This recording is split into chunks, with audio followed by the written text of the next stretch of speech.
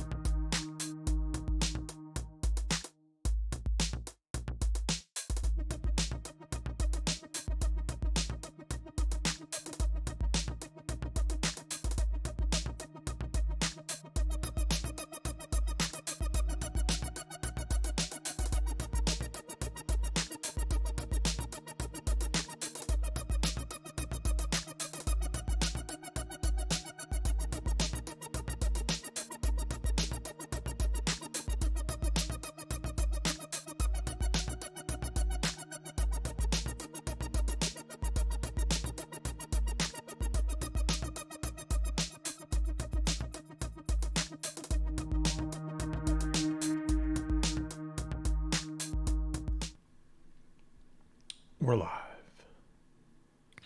Welcome to LiveBrush because we stream all the time. Yeah. The 24/7 stream.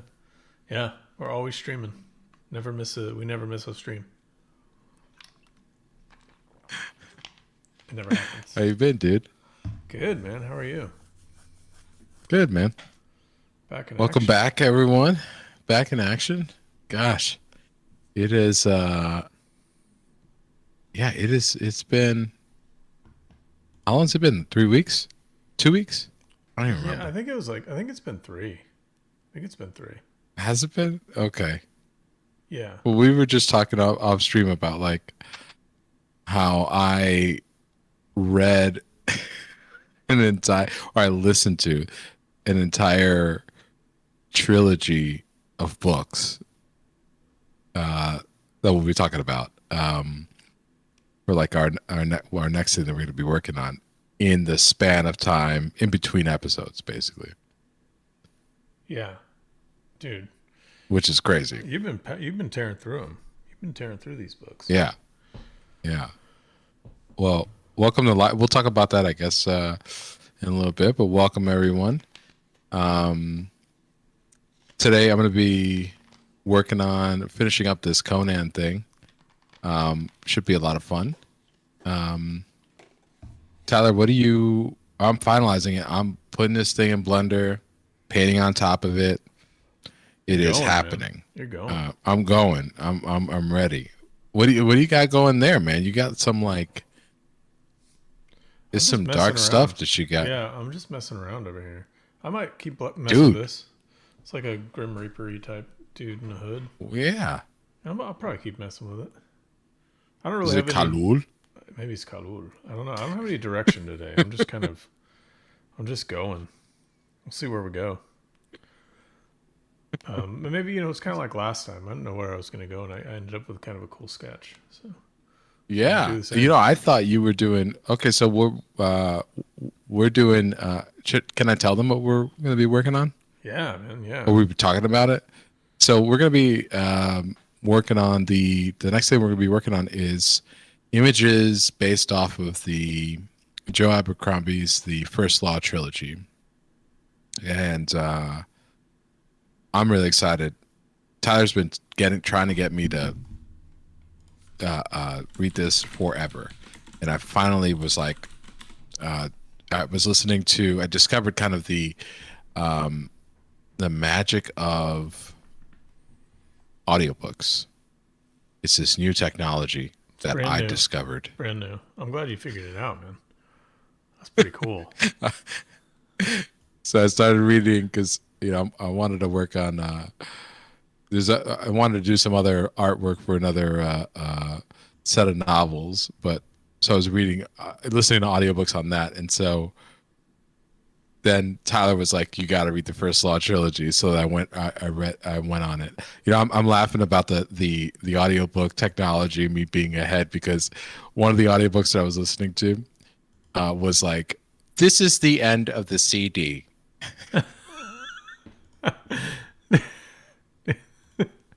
Please flip it over. Yeah. So it's like, wow, man. I got to catch up. I'm doing right. So not to interrupt you, but I'm doing. Yeah. Because this is a little inside baseball, everyone who's watching the stream currently. But I am on the fly deleting an old broadcast that I thought was going to be this broadcast, and I'm renaming the broadcast that we're on right now. So okay, that's why I appear to be off screen, but I'm here. Are you off screen? No, I'm still here. Oh, okay. I could see you. All right, there we go. See so Kalul. I changed the name of the stream we have going on live right now. Anyways, back to business. So, long story short, I absolutely love it. I couldn't stop. And that was like 72 hours of listening to audiobooks, worth of audiobooks. Yeah. They're like 24, 25 hours. But so what do you, I just love. Dude? What do you think of Joe Abercrombie's writing? Because I have a whole opinion about this. I think you had told me you told me to not that the only thing you told me was because you said that you didn't want to spoil anything. He says but you told me that the way he writes in the vein of like with the voice of the character that is being featured. So like how characters are described are changed depending on whose voice you're view you're seeing it from.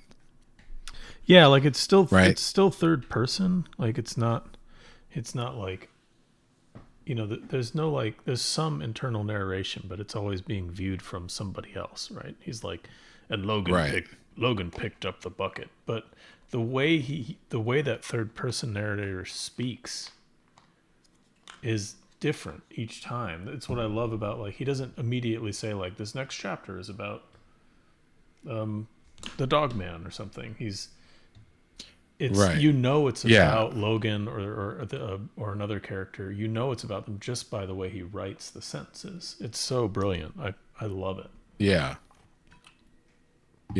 Like the narrator has a cadence. Right. Yeah. I love that. I love that about that. Like how people are like in one instance, it's like somebody is described as like absolutely barbaric, and the other one is like a kind-hearted soul, or somebody's ugly in one and beautiful in the next. Yeah, it's killer. Like it's great. And the way he writes, The way he writes action too is really good. Yeah, I think so. I think the way he writes action is pretty awesome. Not gonna lie. I think it's I'm a fan. I'm a super fan of that because he's I don't know how to describe. It's kind of hard for me to describe like the way he pushes action on it because there's certain characters like Logan Nine Figures, you know. But by the way, sorry if you haven't, should we spoil it? I don't know. Yeah, I mean, Yeah, we're gonna have to end up doing Gibbs. it. I mean, like, hey Gibbs, hey Nick DeLuca. So what we're for people just jumping in, we're talking about a book series that my wife Kate got me into, and I've now finally got Ray into it. But I think it's the greatest fantasy series ever at this point. I think Kate got me into it, and you were also there. Yeah, we'll have to figure out how history is written in this situation. Yeah, I think so. You had something. You were somewhere in the room. Yeah. And I think so. People have told me to read this over the years too. Like my friend Jesper Ising has told me to read it many, many times. But it wasn't until Kate read it that and she was like floored by it, that I was like, all right, I'm gonna get into this. Anyways, it's by Joe Abercrombie, and it is called the First Law Trilogy. The first book is called The Blade itself, and it's amazing. And I don't want to. I mean, I guess we're gonna get into spoilers, but maybe let's try not to. I don't know. We'll try our best to not get into too many spoilers, but read it. Well, eventually we are. We are gonna get into it because we're gonna have to, you know, start doing artwork on it.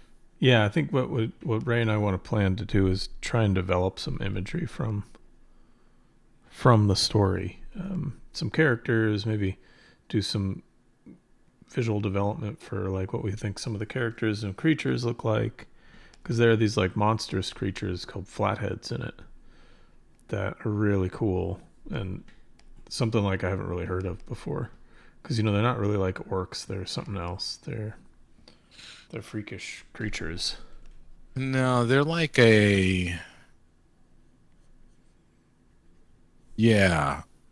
really, they have a flat head. They're like a orc cross with like I look at them as almost like a bat, also cross with like the shape of an anvil. It's really weird. It's like a weird, like a mess up experiment, Yeah. Well, spoilers. They are kind of an experiment, so. They are an experiment, right? Yeah. Yeah, which is kind of like, I guess, it's a fantasy book, but I guess, there's a little inspiration there coming from like Saruman, and how in the Lord of the Rings, Saruman was making a special breed of orc.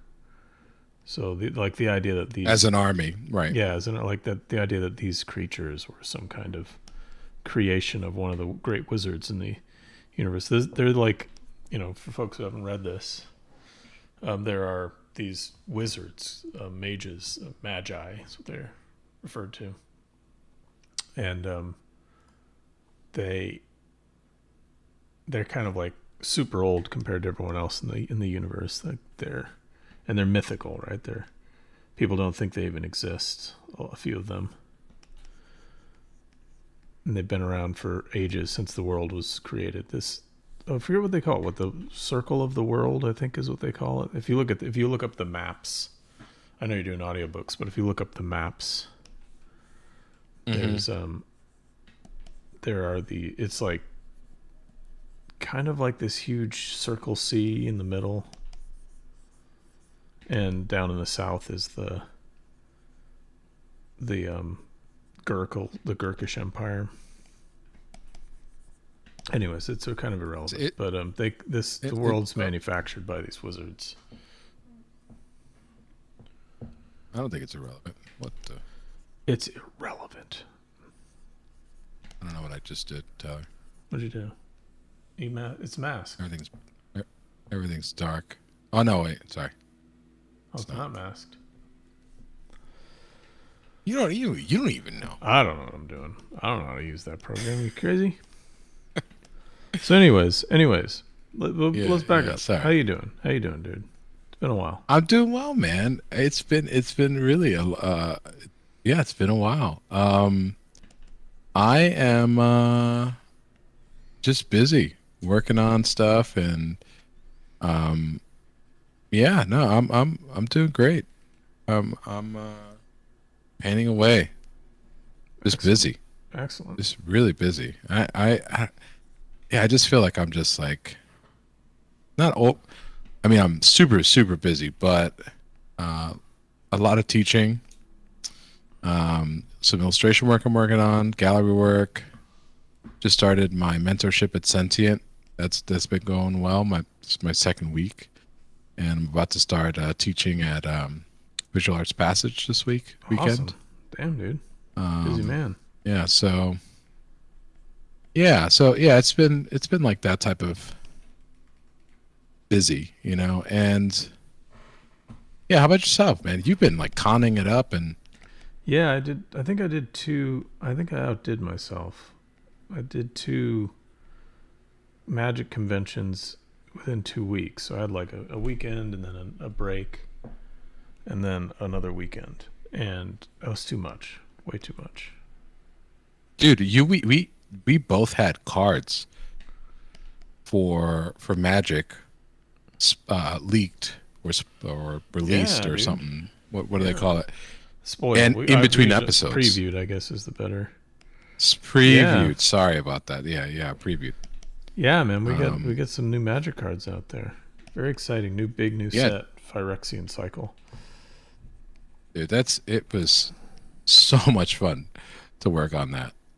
I'm just glad it's finally out. That's really the thing with magic, you gotta wait forever. Yeah, and you kind of like have to you're looking at the piece and you're like I mean, I don't know about you, but I haven't done that many magic cards and I forgot like how I made one of them. Yeah. That happens a lot. I was like, what? That happens a lot. I was like I think it's like here. I don't know. Yeah, so I had that like that going on in my head. But yeah, dude, it was I thought it was great. I had a lot of fun with that, and yeah, I was just really excited about it. What I'll do too is I should probably share it. I'll do a share. We should share both our cards at the on the LiveBrush Instagram. Yeah, let's do that. Yeah, that'd be awesome. Because I think it was great. It was great, but yeah, so we had that, and that felt like eons ago. This is what I'm talking about. It was. Even though it was a short time, just doesn't make any sense anymore. I don't know about you, chat, but time has lost all meaning. It just keeps going. Well, I'm just like, thinking to myself, when did that happen? And that was a couple of weeks ago, and we had done the show, so it wasn't like it was. This is why I'm like, what? Okay, because it got auctioned. Like both of ours got auctioned. Yeah. Congrats, by the way, Ray. Ray had a huge sale. Yeah, likewise. Thank you. Well, thank you to the collectors, man. Right? They are. There's a good group of people out there that love collecting Magic originals. Dude, they will stop at nothing. Super appreciative. Yeah, super appreciative. I have to mail mine off. I haven't had a chance to do that. So if the person who bought mine is watching, it will arrive. I promise.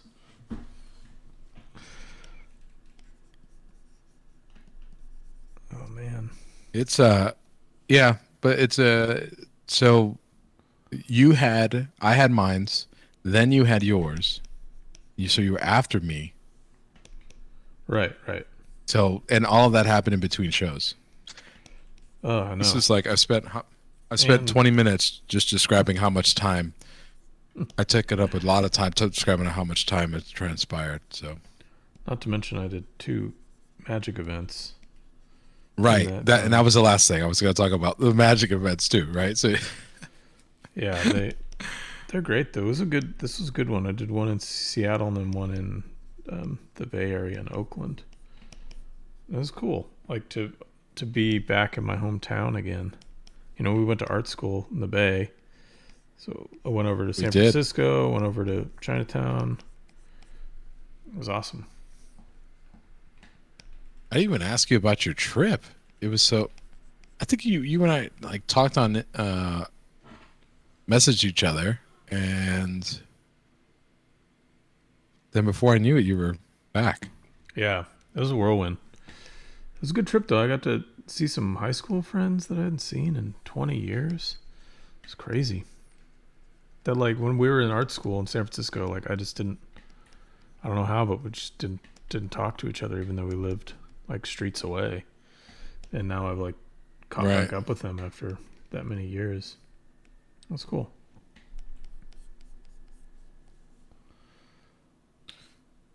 Well, that's rad, man. Oh, dude, look at you making hard surface stuff. Holy crap. Dude, I don't know what I'm doing. Makes you think I know what I'm doing. It's one of those weeks. Nobody knows. Nobody knows, man. Nobody knows. I just need a shape that will help me get this point across. Like I'm gonna maybe just do that and then call that a day.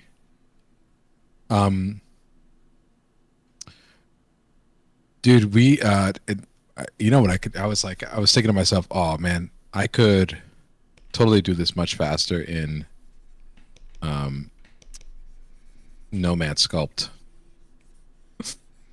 Oh, really? Which Yeah. is another, yeah. Dude, I've been messing around in that more, and I feel like I'm a lot more agile in there than I am in ZBrush now.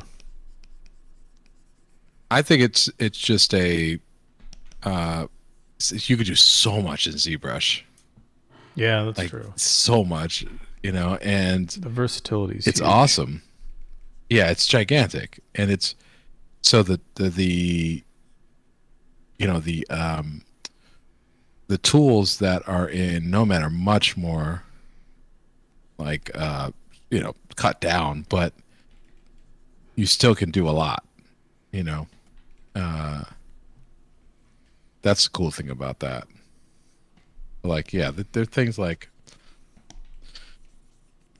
I gotta sit here and just remember where the heck I put. How do I extract from a mask? That type of stuff. Like, go to masking. Remember when we couldn't do anything when we were in art school? We couldn't do anything. Oh, we could like barely draw.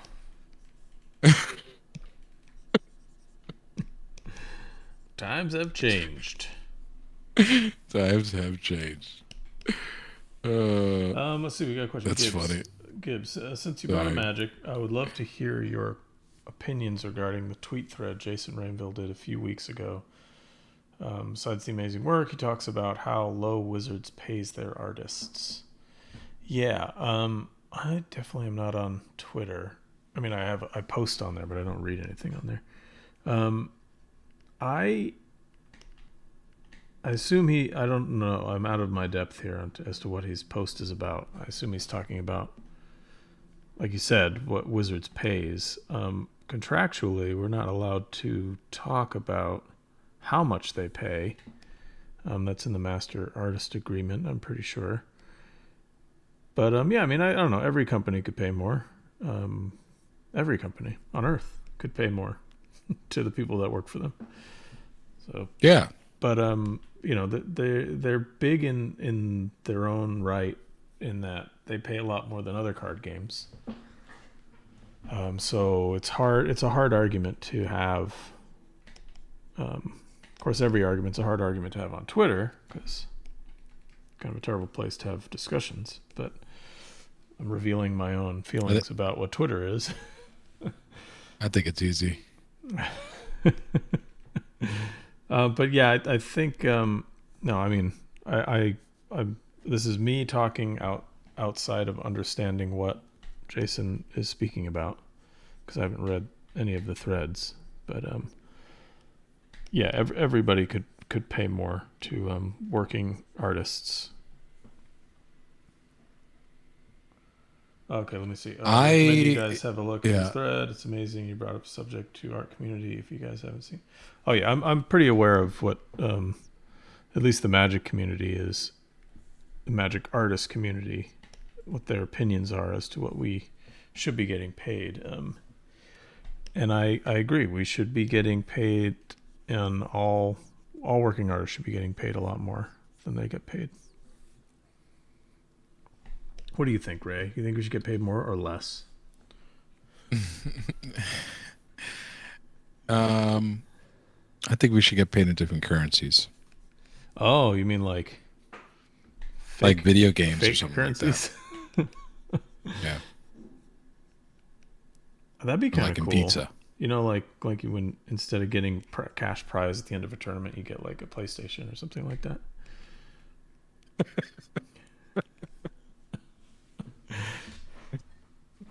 You know what I'm talking about. Yeah, totally. I'm just laughing at you're just thinking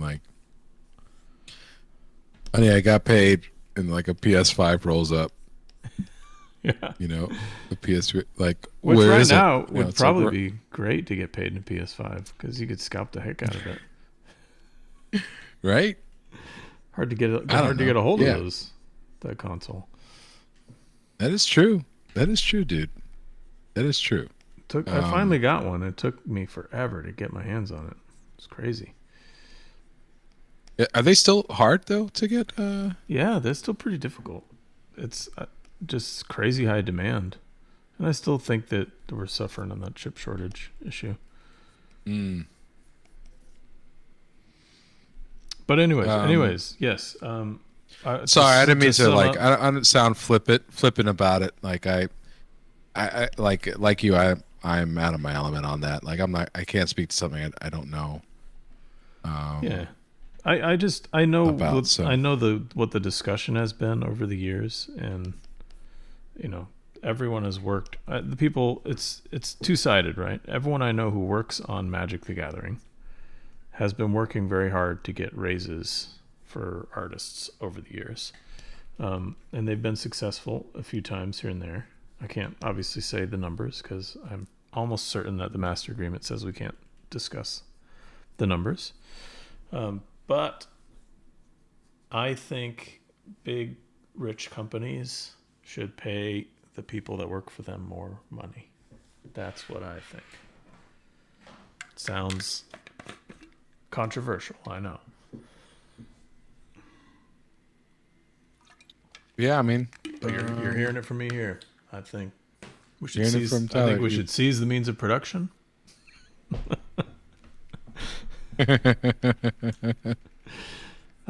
Yeah. So yeah, I mean, I'll check out his thread, but I mean, I'm pretty sure I know what he's talking about. That the cost of living's high. Artists do a lot of work that make these companies a lot of money, whether you're a gaming company or a publisher or whatever. Yeah, we could all get paid a lot more. Yeah, I mean, yeah. If we got royalties, it'd be different, but we don't. So the compensation should reflect that we don't get that. You know what I mean? Dude, I was just happy to get work. Yeah, but I get it. Yeah, I totally get it. It's hard. The economics are such that you're working on intellectual property. It's gaming. It makes a lot of money, but that and comic books have historically, the pay hasn't been equal to the amount of money that it brings in. So yeah, it's just the type of work, Yeah, But I get it. Yeah, I totally. Yeah. It's like it becomes a pretty deep discussion just about general economics. I mean, we're getting into like, Marxist thinking or territories here, which isn't bad, but it's sort of like, every company is exploiting people in some way or another. Every major company, they're exploiting their workers or whatever. And I think seeing what Gibbs is saying here about Jason's thread about it being exploitative, I would certainly say that I think there's a level of underpay going on across the whole industry when it comes to game art in general. That is, I don't think, a dispute or a controversial thing. Like, cost of living is very high everywhere, and the amount of work that goes into, let's say, a magic card is usually 2 to 3 weeks worth of work per card. One thing Ray and I were informed of when we were in art school by the great Bill Mon was he came at it from, I think, an angle of less of like, we're being exploited and people aren't paying us enough, and he came from an angle of be aware of what the rates are and who pays what, and then try to figure out how much you want to do, how much money you want to make in a year, and then divide that, whatever, let's say divide it by a week, so 52 weeks. So however much you want to make in a year, you divide that by 52, and that gives you how much money you need to take in each week. And so you have to figure out how many jobs you need to take. And then from there, Bill was making the point of like being aware of that gives you the idea of the tools you need to start developing in order to make the amount of work necessary in that amount of time. So yeah, sure, it's a lot of work to do a magic card, but if you have quick ways of creating compositions or quick ways of painting backgrounds or posing up figures really fast so that you don't, like what Ray's doing right now, so that you don't have to spend a ton of time doing your drawing. This slight digression, but Drew Struzan had a great system for how to do a painting really, really fast, and it was he traced photographs. So we're getting into this idea of like, sure, there's the concept of, I'm just trying to be diplomatic here and not get on a crazy rant about what companies pay and who's being exploited and what injustices there are out there. But I'm just trying to say like that there are systems you can put into place that like help you get through jobs so that you can meet the amount of money you want to make each year. So yeah, I don't know. It's a complex issue for sure. And I think I have my own opinions about it, and I don't know if I want to make LiveBrush a soapbox for me to gripe or complain about what companies pay. We could do like soap brush. Soap brush, yeah, political soap brush. But just to sum up, yeah, every company that I've ever worked for could pay more, yeah, for sure. And who wouldn't want more money? I mean, I don't know. Yeah. But I mean, I feel like no matter what industry you're in, I bet people who work freelance as plumbers would love to get paid more. So totally. Yeah, sorry, I haven't really provided any sort of insight whatsoever. And usually I think on this issue I also will agree when I read it, but I usually agree with Jason's assessment. So I'm probably 100% in agreement with what he says. Right. Oh, okay. We got a good question from Noah that kind of relates to both of us. Continuing this idea, would you love to know? He would love to know our thoughts on gallery commissions or art agent commissions. Are they worth the work that they do for the artists? I mean, I'd say it's relative. From my perspective, from an art agent, I would say it shouldn't be more than 25%. And in that situation, yeah, they're probably doing what you need to get you stuff. If they're taking more than 25%, it's probably too much and not worth the investment. But galleries outside of my realm. What do you think, Ray? On gallery, isn't it like 50% usually? Yeah, 50% is usually the standard, and it's a lot. Um, but the gallery's got to be uh, worth it because they're an equal partner in this, and so it's a relationship. Um, they're doing advertising, they're paying for the space, they have the clientele, and so their job is to get people to your paintings. And if you feel they're not doing that, then they're not worth it. If you feel they are, then they are worth it. Yeah, I Yeah. agree. So, yeah, yeah. I mean, do you feel, just to expand on this question, I guess, do you feel that 50% is reasonable for what they do? the good ones, I feel like that's that is, it's a lot of money. It's a lot of money. I feel like the galleries that I work with, yeah, I think they earn their commissions for sure. Nice. Do I wish it was less, and do I want more money? Yeah, sure. You know, but yeah, that's just the cost of doing business in terms of galleries. Now, if you don't want that, and there are many artists that don't, then they're their own person. They're their own gallery, and so you could sell them through social media, you could sell them through building up your own base. But that means that you're going to have to play the role of the gallery, which is advertising, constantly managing an email list, managing collectors, shipping, taxes, sales, collecting sales tax. I mean, you're illustrating what you're paying for. Yeah. Right. So it's not just like they take money and then they give you half. I'm sure a gallery would wish that it was that easy, but you're describing you're describing what an art agent should be doing for you when they're getting their 25%. Like, they should be out there hustling to get you jobs. Like, their whole job is they work for you, right? That they should be out there hustling to get you jobs.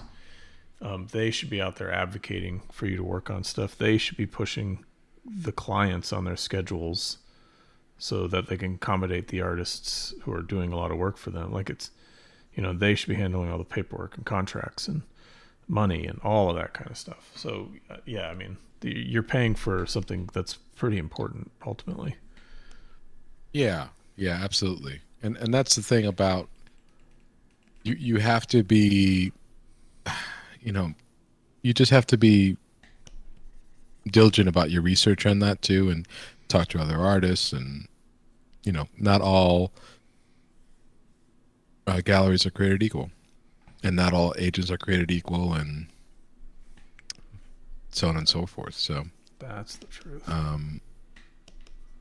Yeah, no, that's a great question, Noah. Thanks for asking that. Let's see. Dude, it's I think like the one thing I was going to say is like, I think it's the greatest time ever in the history of the human race to be an artist. Like, no question. I don't think there was a better time to be an artist than now. If you wanted to be an artist. And so, because there are more opportunities, and an artist has, you as an artist have more access to information and people and patrons than you've ever had before. And with that, all of that access, means that the playing field, the market gets saturated with artists because more people have access to that information. So it's never been easy to do it, but it's also, so advantageous today. Like I'm working on a solo show, teaching online, and I'm doing illustration work. Like, all from my home, and I don't have to live in a big city to do it. Yeah. And I'm hanging out, sculpting, on ZBrush, and about to go into Blender. That's a free piece of software. I mean, like, I just I had a interview with Renato Muccio, who is great landscape painter, fantastic landscape painter. And I've showed you his work, the one with the clouds. Yeah, dude. Yeah, you showed me. Dude's crazy. Yeah, yeah. So I did that for Visual Arts Passage, and he had talked about his career, and he talked about what it was like trying to be a fine artist during that time, and just trying to, like, in the 90s, like, just trying to get the word out in your work was this outrageous affair. Like, it was just like you had to buy ads in magazines, and they cost thousands of dollars, and in order to get that done, you had to get transparencies of your work, and that cost thousands of dollars. Yeah. And that was like back in the day. So, like, think about how much that's a lot of money to have, or required to do that type of stuff. So that was like a point of entry there. I mean, we came in, like, So remember when we came in out of art school and we had to get like slides taken of our stuff? And it was Yeah. I remember it was like our teachers were saying like it's incredibly cheap. Like, it was like $10 per slide when they had to pay like Yeah. $100 per transparency way back then. Right. And that was just like they had to order more of them all the time. And on the ads and stuff, like, it's just, there's not there really isn't a, like, now you don't have to do that.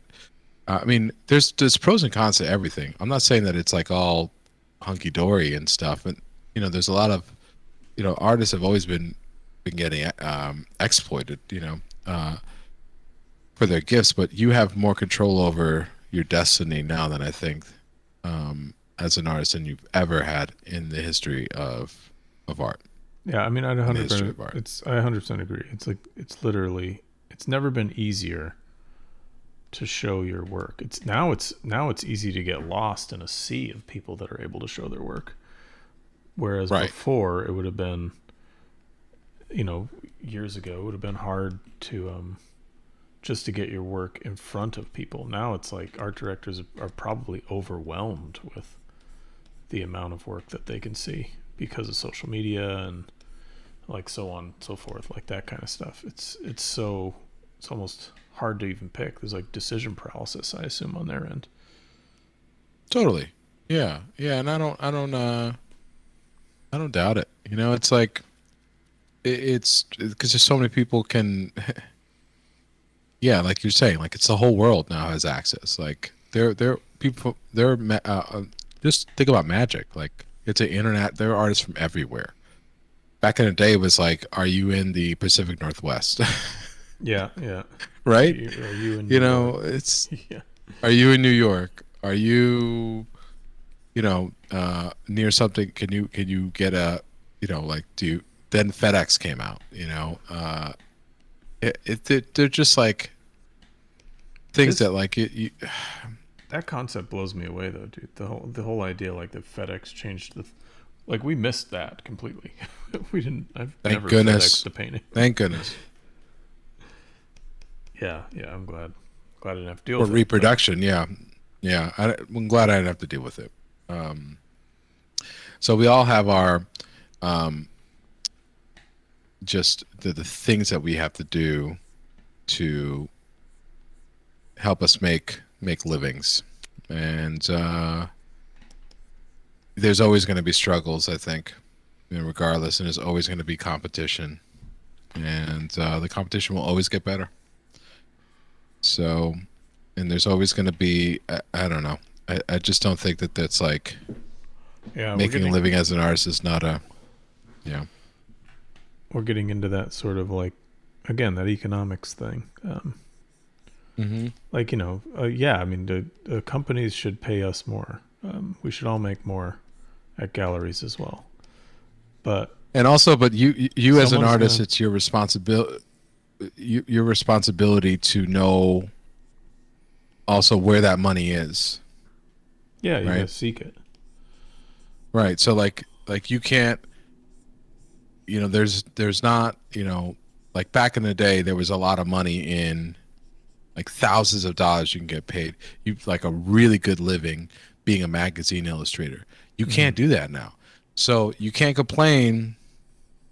It's a waste of time to go and think you're going to have a career like that in a space where there isn't money to support that. Waste of time, right? So you go to somewhere else where that money is. There's a lot of money out there to be made as an artist. You just have to find the industry that's happening in. And like if we just look at like what we were talking about before, like Hollywood as a concept artist, like or like there's or video games like that. These things didn't exist before, Yeah. and I don't mean to sound like I'm just like no one should ever complain about that. I think like artists' rights and is super important. I just also think that like this is just part of being an artist is just understanding like okay you're gonna have to navigate to that and no one's gonna have your best interests in mind outside of yourself and your colleagues. So don't expect people to care about your work or care about you as much as or hold value to work as much as you do because they're not you. It's kind of like a So you scary, gotta be not even scary, but like almost I don't know, it's an excessive amount of skill set that you need to have to be an artist. You have to, like Ray was saying, you have to be able to figure out, how to promote yourself. You have to figure out how to juggle jobs when you have the jobs. You've got to, I saw someone was asking about taxes. You got to figure out how to, deal with the tax code that's advantageous for yourself as a freelance artist. There's just so many things you have to know in the skill set. It's pretty right. wild. Yeah, it is. It totally is. And none of it has to do with the fact that you have to be at a certain level of acumen, right? That takes years to cultivate.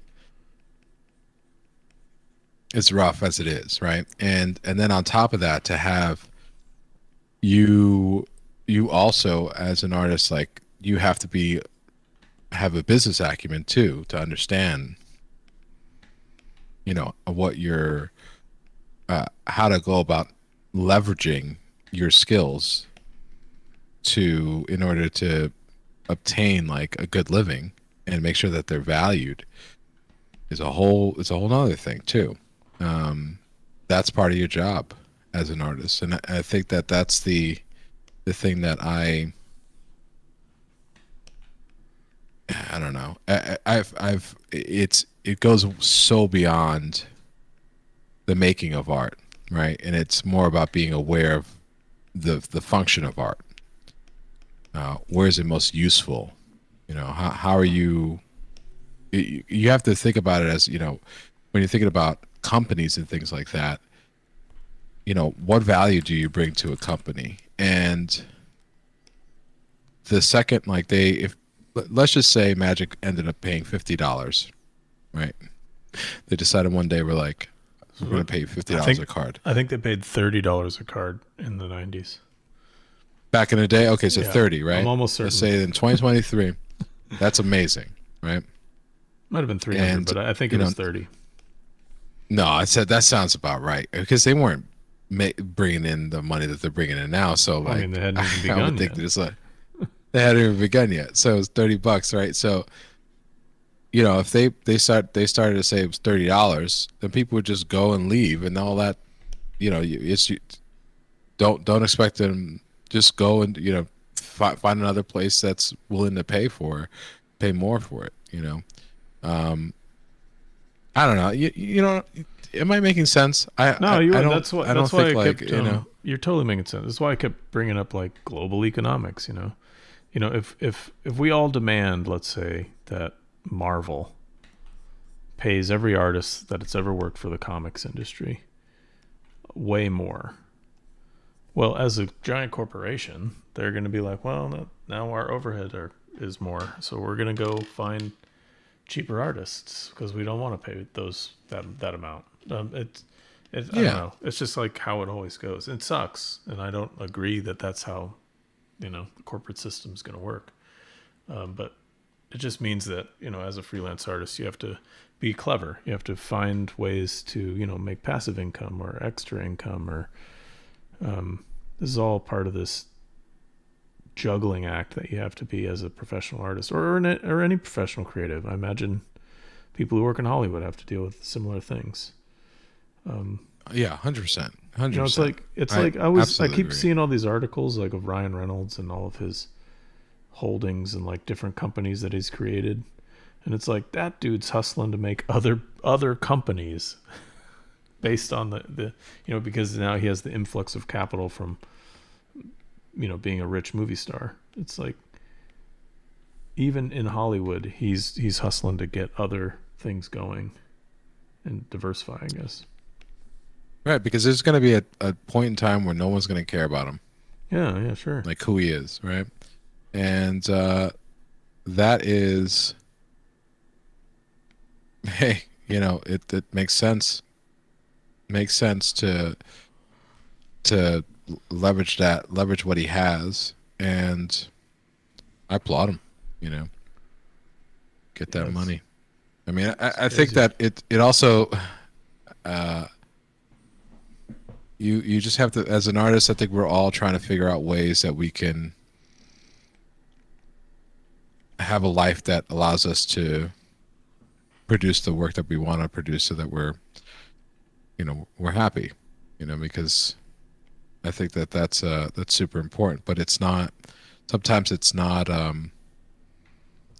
you just do one thing. And depending on the amount of freedom that you want, if you want a lot of freedom, want a lot of people telling you what to do, then that does narrow your options, right? It makes it a lot more. You have a lot more freedom. For what freedom you have, you also means that you also have to take on a lot more of the responsibility of getting your work out and turning your work into a desirable thing. Yeah, for sure. That's it. That's if you want to survive with your work. I mean, if you want your work to support you, and you using it as a livelihood, I should say. So, I mean, there's some people that have the means that where they have a really good job, or they have a support system set up that they don't really have to worry about things like that.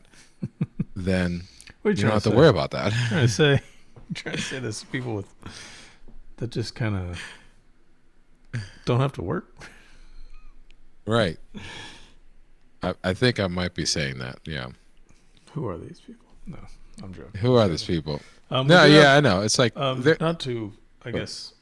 Well, I totally agree. I was just gonna say we had a question. We could switch topics if you felt like it. Yeah, let's do it. Just because I don't know if we. I don't know. I feel like we could talk. I mean, yeah, we could talk forever about a lot of this stuff. Yeah, but I'm good. I don't need to talk about it anymore. No, I wasn't trying to shut if you're wondering. Oh, okay. But okay, well, in that note, I will switch over to. We have a question from Nick DeLuca about what are some good conventions to go to get your portfolios in the hands of art directors for a fantasy illustration market. I have some thoughts on this, but the world has changed significantly, and I don't know if my answer will be useful. It's more going to be like memory lane situation. But it used to be that you would go and bring your work to like conventions like Comic-Con, where there would be art directors there, and you could put yourself in front of them. This is what I would suggest in this situation as an answer to your question. But those situations don't really exist anymore, so they're coming back. So I would say if they come back in a big way, definitely try to see if art directors are available at these things to review your portfolios. But that's a really great way for them to see you, because you can do it in person, and we're social creatures, so it's useful in that way. I feel like if you can't do that, social media is going to be your best avenue. And a lot of the art directors, you can kind of guess what their emails are going to be based on the formatting of how emails go. But I would check out things like Comic-Con. If Lightbox is going to be back this year, that'd be a great one to go to. Even if you're not getting your work in front of art directors, getting it in front of just general artists can be really great, because sometimes they'll say, hey, this stuff looks really good. I'll pass you along to the art directors that they already have a relationship built up with, which is kind of how I got started in the fantasy industry. There's Irene Gallo sent my stuff over to John Shinhedi, and rest was history. So I think that's good. But I guess a different angle on that, because it seems like there are people in here asking about galleries and stuff too. How do you have ideas, Ray, on how to best get your work in front of gallery folks so that you can get represented within galleries? I think it's the same type of deal where you just have to do first, research your gallery to make sure that the work is a good fit. And because it can't just be any gallery, even if it's a really great gallery, they might not just sell you. They might not have collectors that buy work that you do. So it's just a matter of trying to find that appropriate gallery. I actually did a talk on Monday. Today's Wednesday. Yeah, on the topic through Visual Arts Passage. It's free, completely free. I can let's see if I can link it here. I'll shoot you the link in Discord. How's that sound? Yeah, and then I'll throw it in the chat. Yeah. So it was so you get it's me, John English, and Cassandra Loomis Kim, and we talk about that because it's a big question, and it's one of those things too where you have but still it's really similar to illustration in a sense that like you've got to be involved in the community. I think talking to other artists and networking with them is good, especially if they like your work. Then that could be really a good thing, a good resource to have, especially if you show interest in something. Going to the actual gallery, go to the shows, seeing what the culture's like, and introducing yourself to the gallery owner, researching what their submission policies are. We talk a lot about that in the talk itself. But Alex said, do you have to pay taxes on your cut from a gallery, and can the gallery commission somehow be written off? The gallery commission is you basically get a check after their commission. So let's say I own a gallery and Tyler is one of my artists, and he sells a painting, and this painting, let's see, what do your paintings usually go for? About $100, right? So I cut Tyler a check for $50, but that's the agreement that we have. It's like a consignment type of thing. So you don't get to write that off as a business expense. And you would basically just, now this is not, I'm not a CPA. You should talk to a CPA. Yeah, we're not presenting. So this is not, with legal we're not advice. presenting with legal advice or tax advice or anything like that. But you just claim that on your income. So you would have to pay sales tax on it. They would pay the sales tax. So. Right.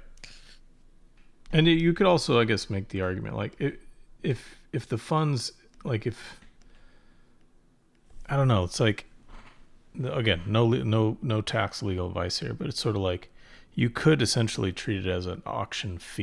You know, if let's say you have to give a certain percentage, you could maybe argue that with your CPA as it being an auction fee. But the only way the main reason why you technically can't do that is because usually, like Ray said, they take the cut before the sale, like before you get a check, they take their percentage out. Right. So it's like you can't say it's like a professional fee because you didn't have it in your funds in any way. You know, it's if it came to you and then you paid them the cutout, then maybe you could argue that it's a fee.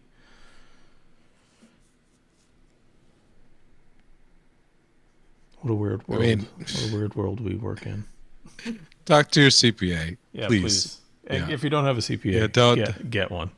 It's really get one important. as an artist. Yeah, just get an accountant. You know, yeah, it costs money.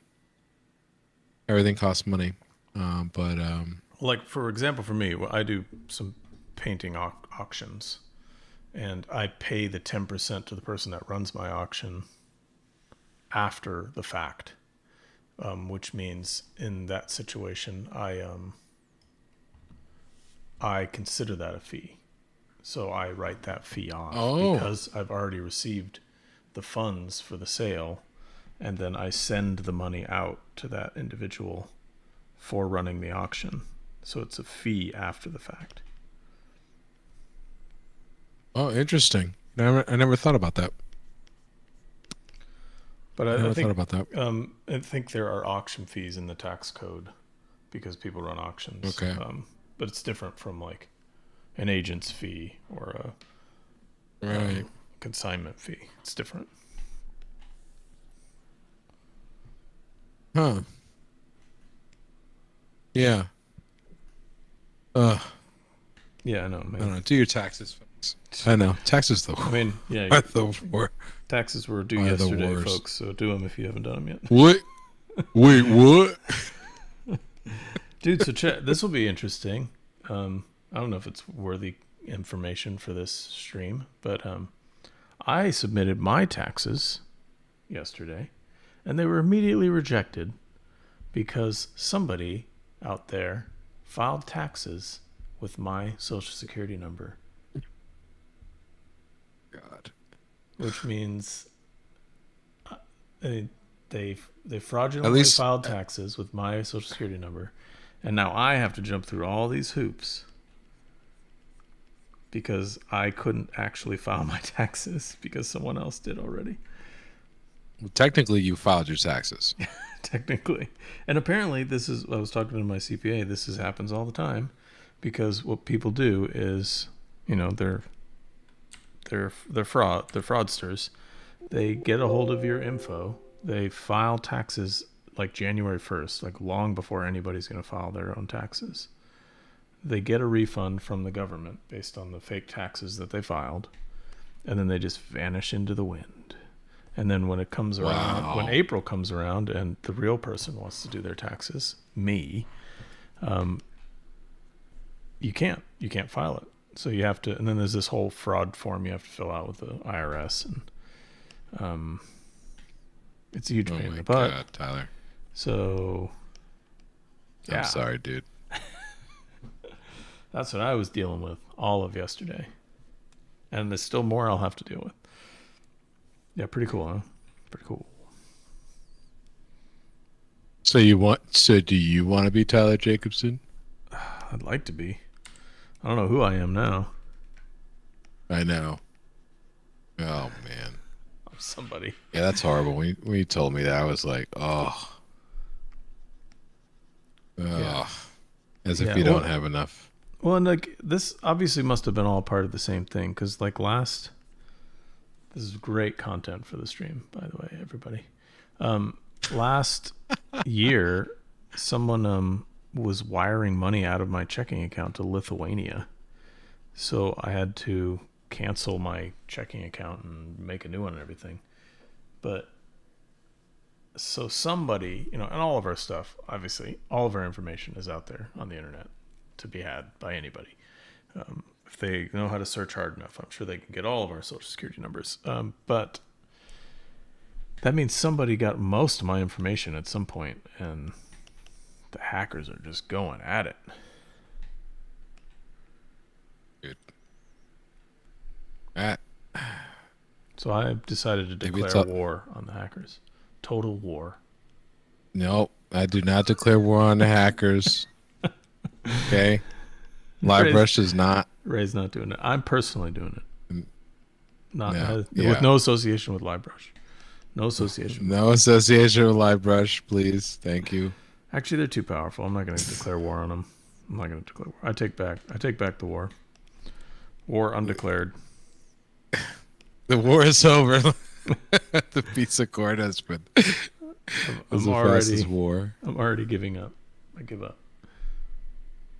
Thanks, Adam. It's definitely just an annoyance. I think it's just a piece of paper you have to fill out with the IRS. Obviously, it happens all the time, so they're going to have to, on their end, probably spend hundreds of thousands of dollars in their fraud unit trying to track down whoever did this. But crazy times.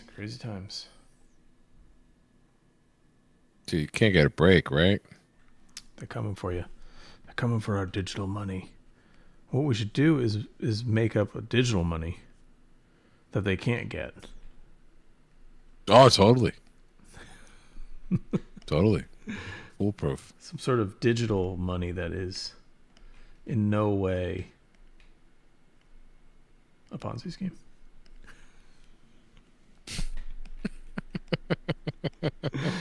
I just picked up what you were putting down here. I keep.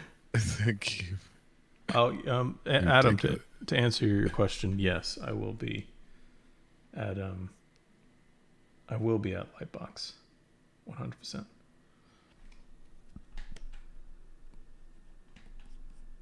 When is Lightbox? It is September. I think October. I'm excited because I've missed a bunch of them, and the first one was really fun. Just Bobby's really put together a really fun event. Yeah, you definitely got to come out, man. I gotta start traveling more. Well, I got some artists. I got some artists that I have to. Well, first, we haven't hung out forever, and second, there's so many people in California, like in LA, that I need to give big hugs to. Yeah, I try and get down so many people to LA as much as I can these days to see my niece, my family. So I got to see my niece recently. She was awesome. She's running around talking and stuff. It's crazy. Pretty nuts, man. That's pretty nuts. All right, so let's see what you're working on. Dude, that's looking great. I'm giving him kind of like I don't know if you've seen these in museums. So there is the concept of the Warhammer, which looks like this without the little spike on the top. But then there's like these crazy giant poleaxes and halberds. But every once in a while in these museums, like in these armories in Europe, they have these like what are clearly just experiments from armorers, and they're just these like crazy huge giant poleaxe like warhammers with like characteristics of a giant warhammer. I don't know, they look very gothic. They're just like crazy gothic devices. And because this guy looks kind of like a Grim Reaper-y dude, I thought I would give him some extra gothic feel with one of these devices. Dude, that looks super rad. Thanks, man. Thank you. Just no plans here. I'm just doodling. It would take me a long time to get the same effect.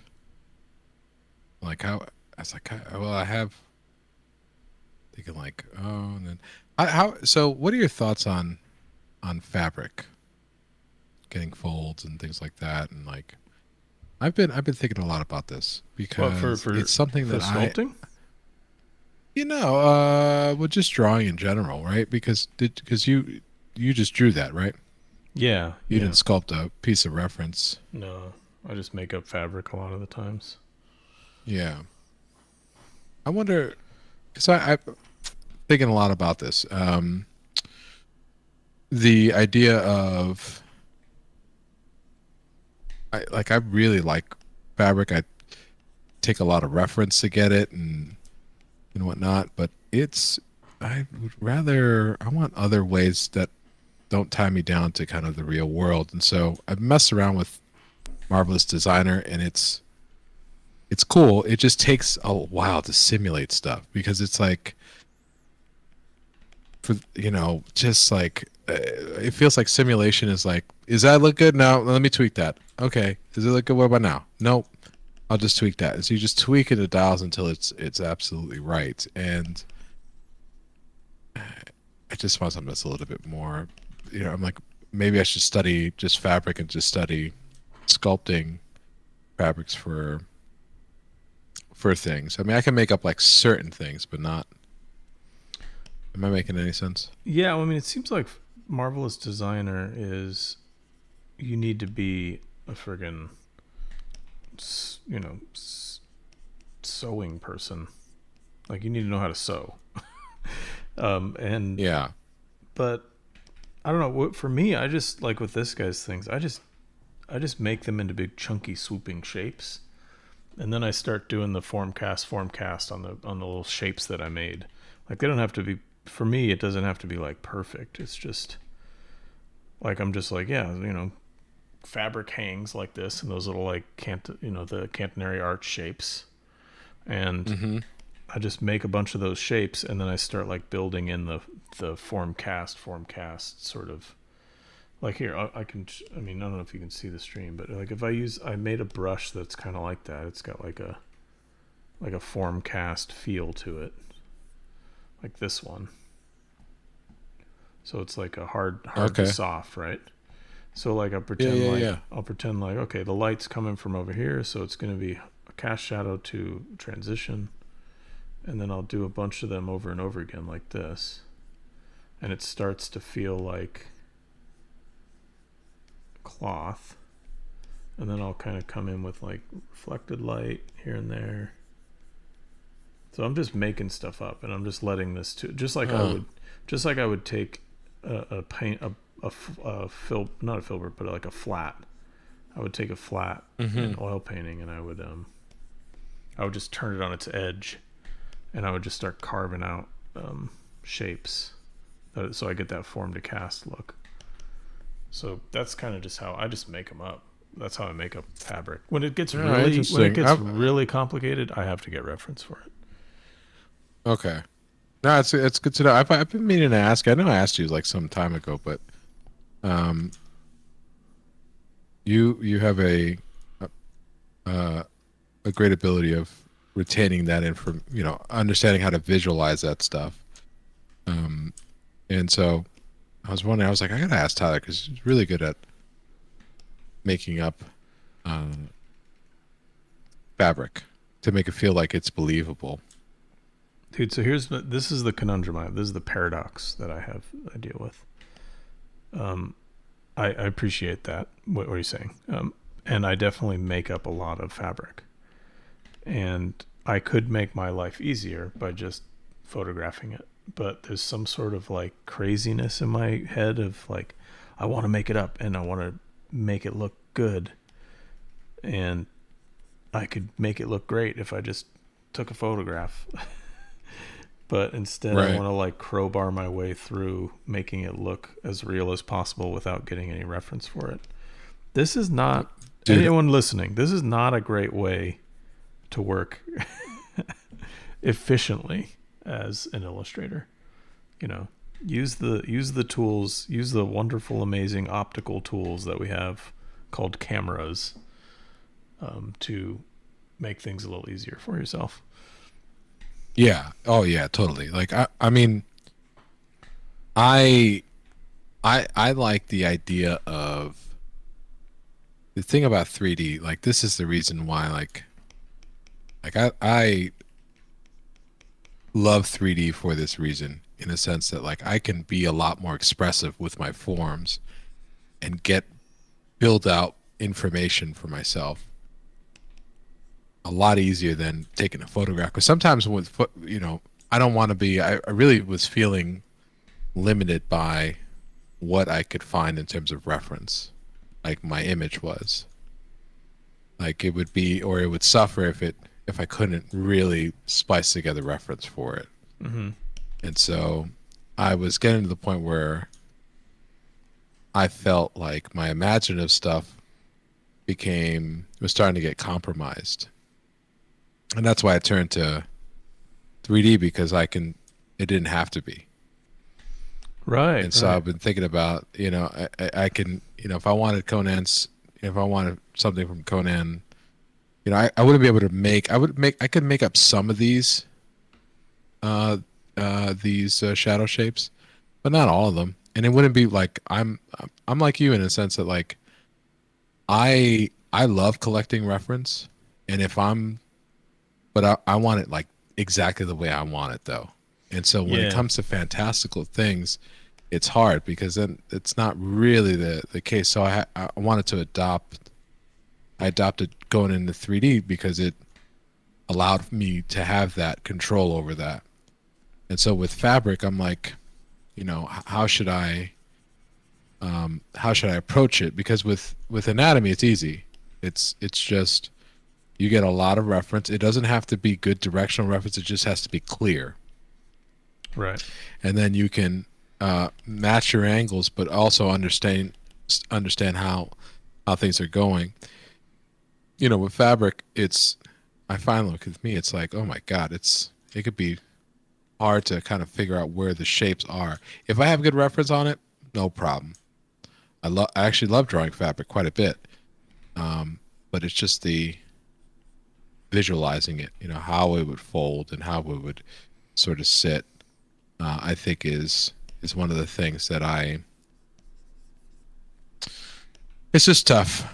It's just tough for me. I mean, I agree with you. I love, like, when I have great reference of fabric, I love just sitting there and reproducing what's there, because it looks amazing. Because once you know all the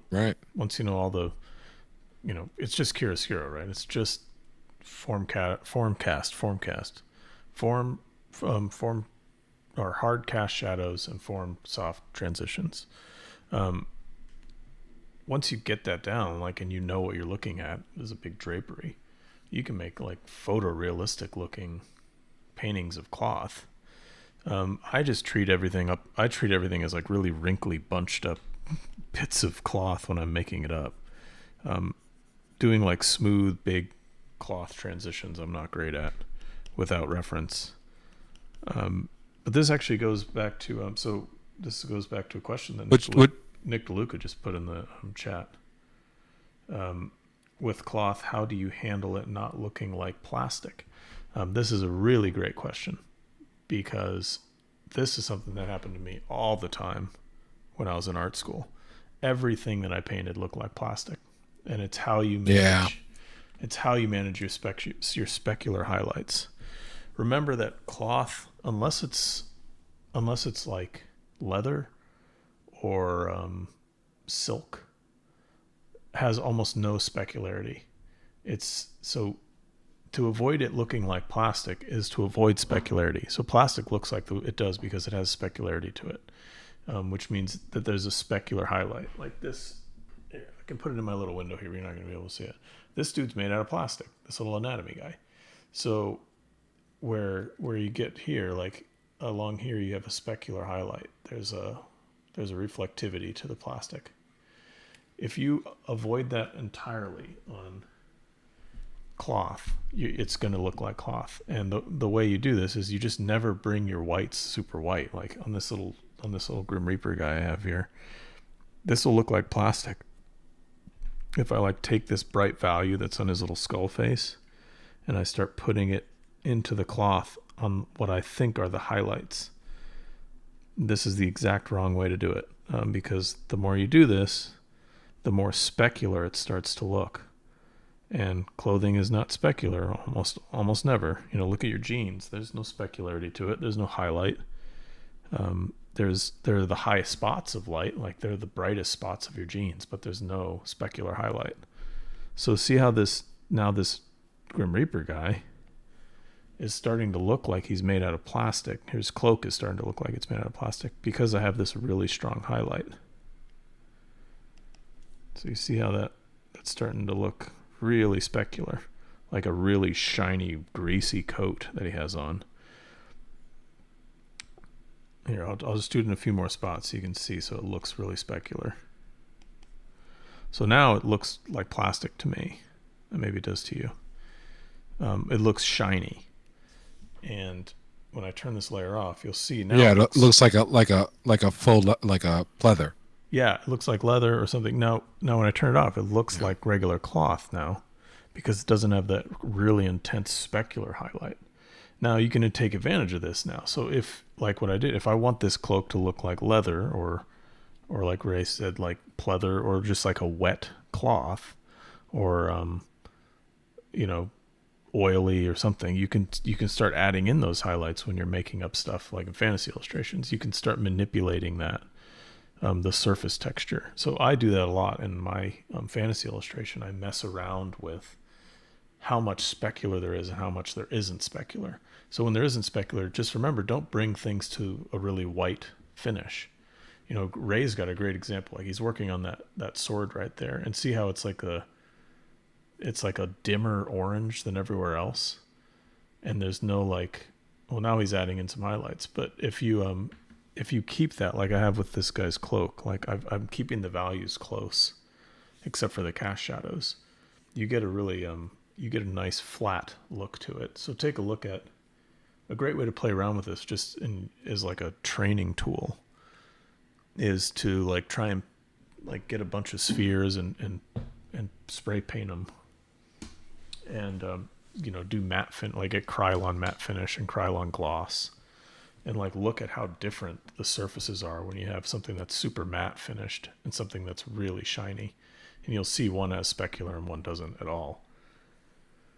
Let's see. So let me to follow up on that. So would you say to keep your values to very few, like one light, one form? Yeah. I mean, I'd say something like that. Yeah. Don't avoid going to white. Avoid going to really bright, and remember your overall value pattern. So Ray and I were introduced to this in school. Value pattern is like the overall value of something. So the best example is this: if your shirt is a different overall value from like if you're wearing jeans or dark pants, and that means like the brightest spot on your shirt, let's say you have a white shirt on and you have navy blue pants on, the brightest area on your pants will never reach the brightest area on your shirt because it's white. And the darkest area on your pants will always be way darker than the darkest area on your shirt, because it's talking about the overall value is lighter than of your pants, if that makes sense. So keep track of that when you're painting clothing, and avoid going all the way to white. And I don't know, Ray can probably explain this better because he's that's it. Yeah, teaching under his belt. No, like local value is what you're saying. So like you don't want to lose the local, and so you can, like for instance, I just put to make this feel like dark hair, I lowered the light side and the shadow side of my object to create a darker local value. I can't put the same, so it's gonna have a different shadow side and a different light side. Yeah, 100%. And so you just keep staying within that area. And that's the thing about what Tyler's saying about like the avoidance of plastic is it's like it's not gonna, don't use a super highlight on everything, even skin, you know, like it makes it feel like, especially like contrasty. Like I can, for instance, like if I just put like I don't know if this is gonna see here, like this on Conan's like chin right here, right? That like, okay, that looks cool, but it really wouldn't be that light unless he had like a chin guard or something like that. Yeah, if it was a metal. You know, metal has really high. It was metal, yeah, yeah. But what I can do is go, highlight a spectacle is a specular reflection. So all it is a reflection of the light source in the object itself. So some of them are going to be a lot more diffused than others. And so with skin, depending on, like for instance, like the lips are going to be a lot more, like they'll catch a lot of highlights because they're wet. And so you can probably get away with like a nice highlight for the, for the lips, but not so much so that they're like dripping in like enamel or something like that. So it's kind of watching all that and organizing it. It really makes me realize why so many artists, especially digital artists, they have a flat, they have a part of their process where they flatten out everything into like just local values. So like they'll just fill in all of their areas, like their entire figure, in just shades of value, like no light side or shadow side, it's just local value. Yeah, and it's like, so like if you have dark leather armbands, yeah, like light shirt, and that's just, I know Bill taught us that when he was talking about the Mark English CF Payne type of way of painting, that oil lift out method with the colored pencils. But so it's a really common thing. Is that so artists like to do that in some, as a part of their process. Yeah, I've done I just did like a quick paint up of this concept. Here you can see like it's a lighter color. Oh, there it is. Yeah. And a lighter and then darker pants, right? So what I'm talking about here is like, this is the shadow side of the shirt, but it's a light shirt, and versus the shadow side of these pants, like they'll never meet each other, right? So like this is the shadow, these are the two shadow colors, right? They'll never meet each other. Just like this bright side here will never get as bright as that bright side. And if you keep track of all that, you maintain realistic looking clothing. And then also see how there's no like, I'm keeping it basically to two values overall. And you can get minute here, but as long as you don't approach the highlight really quickly, as long as you do subtle transitions. So I'm like adding in just a smidge, like a half a value shift on this shirt here. And I'll do it again. Maybe like 3 or 4 more value hits in the percentage in Photoshop. I'm just adding a little bit to the top, just a little bit, but I'm never going intense. Like I'm never going like this, because now it looks shiny, right? That shirt now looks like a piece of plastic. Never go to that if you want to maintain a more matte looking finish. This is something I super pay attention to in my fantasy work, is like the surface quality of items. Fur definitely doesn't have any specularity. You could even say like a white t-shirt has more specularity than something like fur, and so on and so forth. But like leather has like, if this is a leather belt, right? Let's add like a leather belt into this dude. Overall dark, leather belts are overall dark, but then they're gonna have specularity like right along the edge here, kind of like I did with this metal over here. There's going to be a quick jump to specularity. Now that's like a leather belt. So yeah, just thinking about these things. What has specularity? What doesn't have specularity? What's the overall value of the object that I'm looking at? All of those things. Keep track of all of that stuff because it lends to realism. If you're making things up, it's really helpful for realism.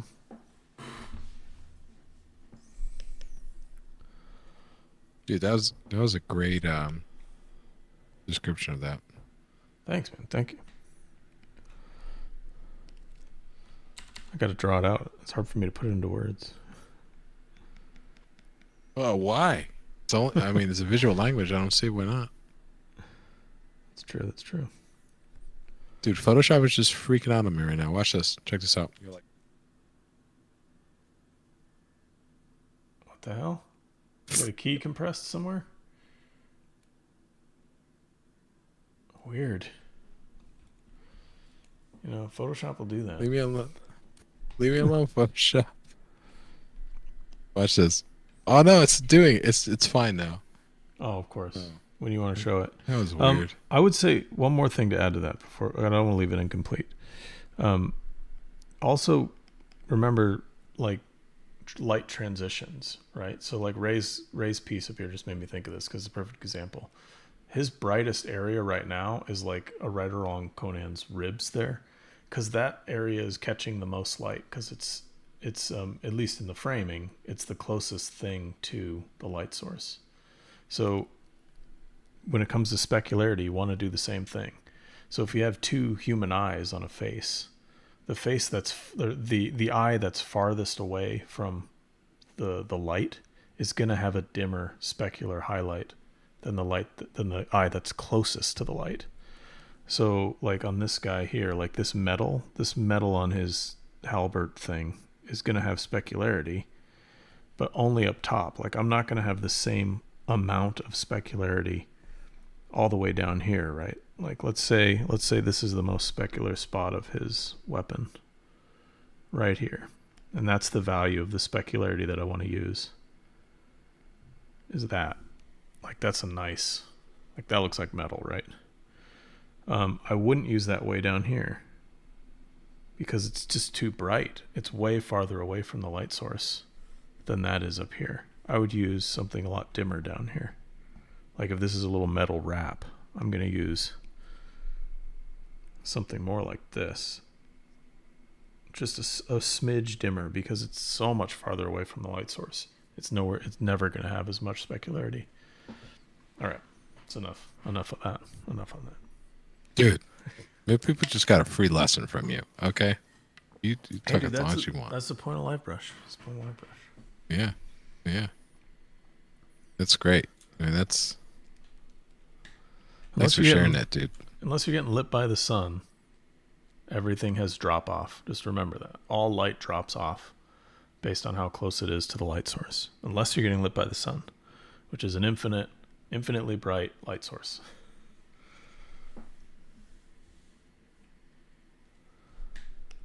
And I do drop off with the sun anyways, just because it looks right.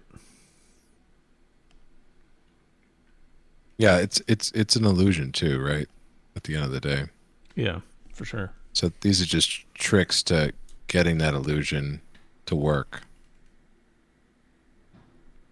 It's all an illusion. None of this is three-dimensional. Conan's looking good over there, dude. Thanks, dude. You're a little off center on the frame, by the way, just so you know. Oh, I am. Why did this shift on me? That's good. Oh, but see, Ray's doing it right now. He's got little hints of specularity on those studs on his belt, and it's reading really nice as a different surface than his skin.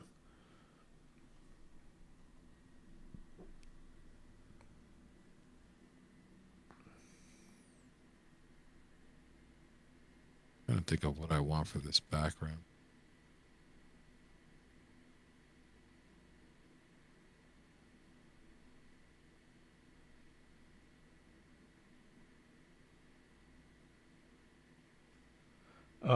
So you have to. So this is Nick DeLuca's asking another question about this, which is another good one. On this topic, when dictating your hierarchy, do you look at the materials of the object more for the lightest light or the closeness to the light? You have to do both. That's not the fun answer, but you have to do both. So everything, this was, I got this from, you remember him, Tim Avat was an artist I worked with at Pixar when Ray and I were in art school. I went over to Pixar once a week and did some work with this one artist. He looked at my portfolio and we helped me. He helped me sort of generate new ideas for stuff that I was going to have in my art thesis and all of that.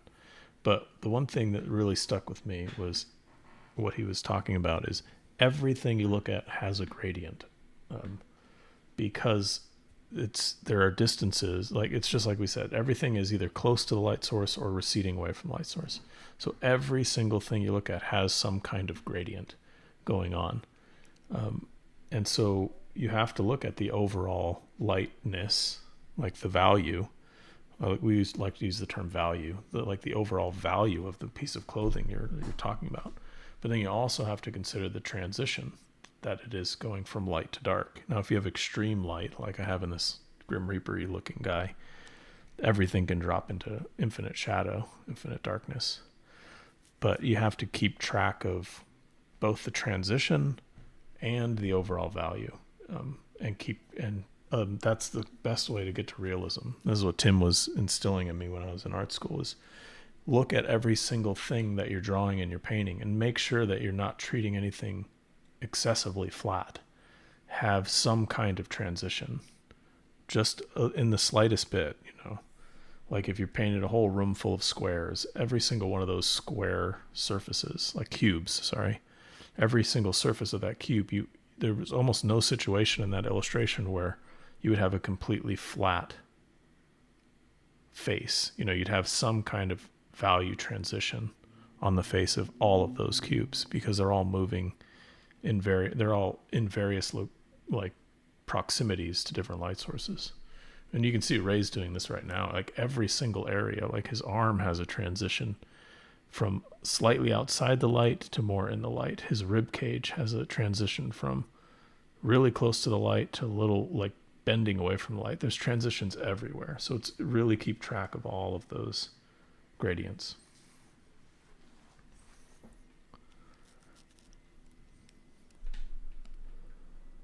That's all I have to say about that. Dude, it's great, man. That was another great one. I'm sorry, I'm like, no, do you think, dude? Not ZBrush. I think you nailed it. I think you nailed it. I don't really have anything else to add to that. I mean, you're just reminding, I think, everyone how aware you have to be as an artist. Yeah, it's like you get mental exhaustion from it, when you're trying to remember all these little things. Because like to even go beyond that, you also have Ray's doing it right now. You have temperature shifts. So even along those gradients that we're talking about, Ray's dealing with temperature. Like as everything gets in the shadows, it's you're getting a temperature change. Right. And then he has a light coming in from the side that is it's not a rim light, a key light coming in from the other side that is cold. Like it's really cold, so he has to account for that change. But there's a really hot light, and then as you go into the shadows, it's obviously going to get a little bit cooler than that relative to that. But then he's going to get really cold as he goes to the transition. But if you were to color sample that cold light that he has on the far side, it's probably not really blue. It's probably gray, if anything. Yeah, it's pretty gray. It's pretty gray. You have to keep track of those relativistic color shifts as well. Or you can just do no color like I'm doing. You don't have to worry about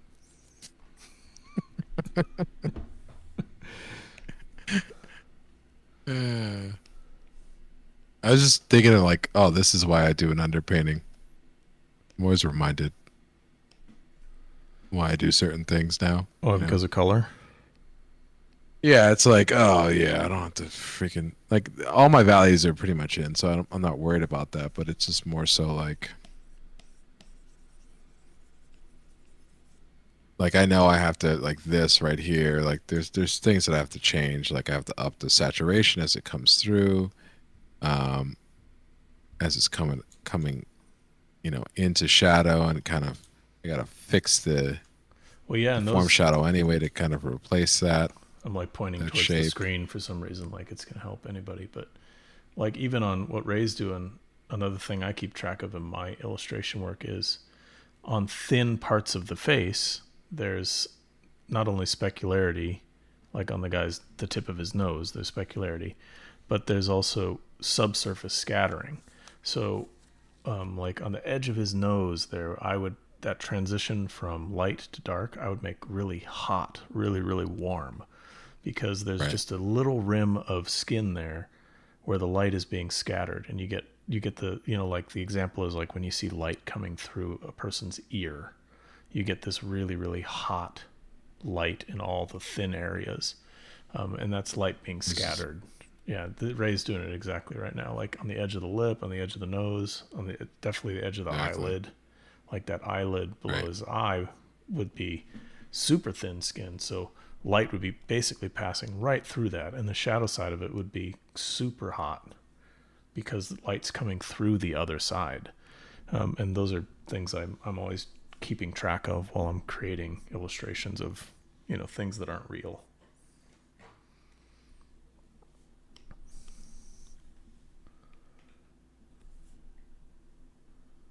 It's a real pain in the ass to do this stuff, right? Like, it's just so much to track when you're making things up, and I make things up a lot. Now, if you were getting reference of like Ray's doing, he's got a 3D model that he's working from, and you can adjust the specularity and stuff a lot of the times in there, and it would start to reveal some of those nuances. But if you don't have any reference for it, you just have to remember how materials behave, how skin behaves. Skin's translucent, it's not opaque, so you get subsurface scattering and all the thin spots. But then you get it through clothing sometimes too, because clothing has some opaqueness. Like clothing has opaqueness to it, but then it has certain areas are translucent. So you just have to keep track of all these little material things. I know it sounds like then also an impossible task, but it isn't. Once you get the hang of all of it, you remember.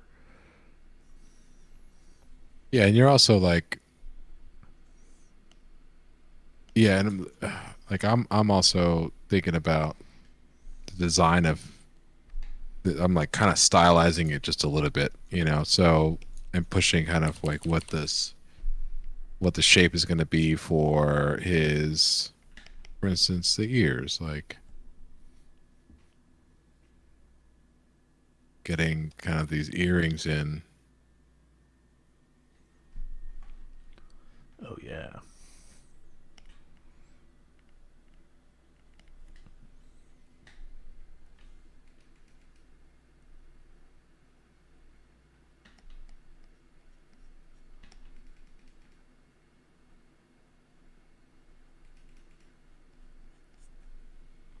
Does he have? There's just so much to consider. And so the highlight would be a lot lighter on to separate it, to make it more look like metal. That's what I'd do. I'd just hit the light. And then like with metal, you get on the underside, you get a lot more light collection as well. So this is something when I'm like painting swords or bits of metal, the sides that would fall into deep shadow, they get they actually collect a lot more light than anything that doesn't have that level of shininess. So you can see objects that are shiny in dark places a lot better than you can like cloth or anything that's going to really fall into darkness. Like a metal earring is going to have crazy specularity, and the areas that fall into darkness are actually going to collect light and be brighter than everything else. And by the end of all these, remembering to track all these little things, you're pretty exhausted mentally. Then you never want to paint Conan ever again.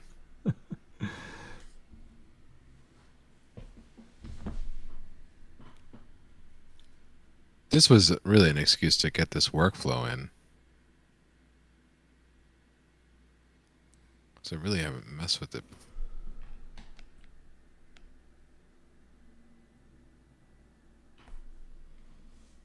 Yeah, dude, it's fun. Like once you have all the information down there, you can do a lot of little extra bits. I like working this way when I have like a good model to paint over.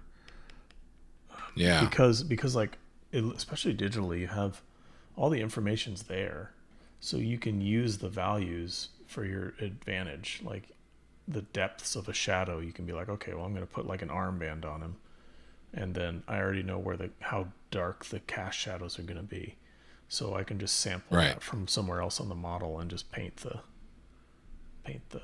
those things. You better put a hefty pommel on that sword, dude. It's a big sword. It's going to need a big pommel. No, I think I'm just gonna keep it like this. Okay, Nick DeLuca's asking a fun question. On a lighter note, I'm gonna thin down. I'm gonna thin down the pommel. I'm thin down the pommel. How thin should I go? This is a fantasy world. That's the guard. I'm talking about the pommel is the base of the handle. Yeah, down there. This thing? Yeah, that's the counterweight to the sword center. So that's right. Okay, that's why you see on like swords. Like there we go. Dude, I love when I see that in fantasy, where like there's nothing. Right. There's not like, because swords need to have this big chunky. Usually it's a medallion shape counterweight, and I love seeing fantasy where like the handle, like the pommel, just comes to like this thin little point, and there's like nothing there. Oh boy, like a dagger. Yeah, just like useless. So it's like a useless. Can you imagine weapon. swinging that thing? Okay, anyway, Nick DeLuca's asking also on the lighter topic, doing a Bilbo character piece, and I was wondering what is something you would add or have on the character that you feel people usually omit. Like from source material? I don't know if I have a good answer for this. Your answer is as good as mine. I mean, like I can maybe speak to the First Law, but I haven't seen much artwork from the First Law trilogy. I think every incarnation of Bilbo Baggins that I've ever seen, whether it be Rankin Bass or Ralph Bakshi or Peter Jackson, I think they've all been really good. I really don't have any notes. I think Frodo, they usually do wrong. I would do Frodo very differently. I think Ralph Bakshi did Frodo right. Like Frodo should look old. He's 50 years old when he starts his journey. He shouldn't look like Elijah Wood's age. He should look like a 50-year-old. But I mean, maybe it's fantasy. Yeah. Maybe hobbits age slower, but it doesn't seem like they age slower. It seems like they only age slower when they have the ring in their hands. Anyways. Oh, that's interesting. Yeah. Because they're like dwarves. I mean, dwarves age pretty, in Tolkien's, I mean, they're pretty slow age-wise, right? I mean. Yeah, to me, at least based on the lore, it seems like dwarves and elves look young for a lot longer. Whereas hobbits, they generally sound like they have somewhat of it, because it was the whole point in the beginning of the Fellowship of the Ring was that Bilbo was on 111, which is unusually long lived for a hobbit. So I don't know, to me it seems like sure they live a little bit longer than humans on a whole. Like it looks like they generally go past 100, which a lot of humans don't do, but I don't think they should look drastically different than a human when it comes to aging. But I don't know. This is just my take on the Lord of the Rings. Let's see. Dude, we got 10 minutes left. Okay. I love this, man. You're doing a lot of talking. This is great. Yeah. I don't get it. I'll do all the talking. No, I feel like you're, I don't know. I feel like I go on rants a lot. Oh, well. During LiveBrush. I don't know if that's true. So, it's time for me to have a rant or two. I mean, I didn't mean this. Yeah. I mean, like, no. I feel like I know what I tend to, you know what I mean. I'm just joking. That's all. I cut you off earlier. You know what I mean? I'm bad now. I got to fill the air. Okay, hold on. We got a couple questions I want to jump into. Okay, question on all this. Reference / light from Noah. How often do you guys push it or shift it to suit the final image or feel, even if it isn't technically accurate? I shift it / push it all the time. Especially when I get reference, because when I relied heavily on reference, I feel like everything looks really stiff. So I push what's really there all the time. I manipulate it like crazy because that's, I don't know. I think that's just what makes good illustrations. Like when you take all the things and craft it into the image that you want.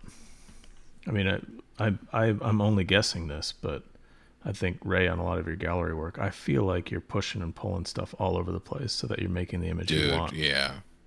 Yeah, I never go straight out of the camera. No way. Yeah. Nothing. Everything is designed. Right. Because it is stiff. It looks stiff and just lifeless. Yeah, that's what always bugs me. Like, when I get really tight reference of a figure, let's say, I end up just using the hands and the face. And then everything else I just use to guide me because it looks too stiff otherwise. Well, you're great at that, at understanding how to go about. Quick question, Tyler. Yeah. Arm guards. Which side, if Conan's right-handed, where would that armband be? Well, it depends on. I would. Wouldn't he be using it to block? Yeah, so I would, as a fighter, as a real sword fighter, I would protect my sword hand a little bit less because I want flexibility and maneuverability, and I would have my other arm, my free hand. So in this case, his right arm, which is lower on the sword, which would suggest he's a left-handed fighter. I would have the right arm of this character more heavily armored because then he can use it to block. So he can use it as a shield almost. Right. Okay. That's good to know. That's how I would approach it. If you look at if you look at I don't know, there's kind of a mixed sort of thing. You want maneuverability if you're fighting. So you wouldn't want a huge clunky arm holding your sword. You'd use your sword to protect that arm. You wouldn't use armor really to protect that arm. Right. You'd want to have a side of you. See how he has his sword out back and he has that right shoulder facing the enemy. He would want that armored so that he wouldn't, when he gets hit on the weak side, he's not getting killed on the weak side. Yeah, but he's a thief though. Yeah, but he's still going to fight with what looks like a huge sword. Not in the comic books, man. Tiny hilt though. He's doing an Italian grip. He uses the pommel. He uses the pommel to. Yeah, I didn't do a good job of researching any sword things. I just made that up. No, don't worry. So in my world, I like to nerd out on this kind of stuff, but like. No, this is good. See, if I was nerding out about on the this, whole like. Well, like, okay, if I was nerding out on this, what I'm looking at, I would say, okay, Conan's a left-handed fighter, which makes sense if he's a really good fighter. Left-handed fighters tend to be really, really difficult, southpaws. I knew that. So he would have a nice advantage as a sword fighter. They're always harder to deal with. And then if I'm nerding out more, he's holding the sword like an Italian longsword fighter would hold the sword. So I knew that too. In his universe, there is some form of Italy.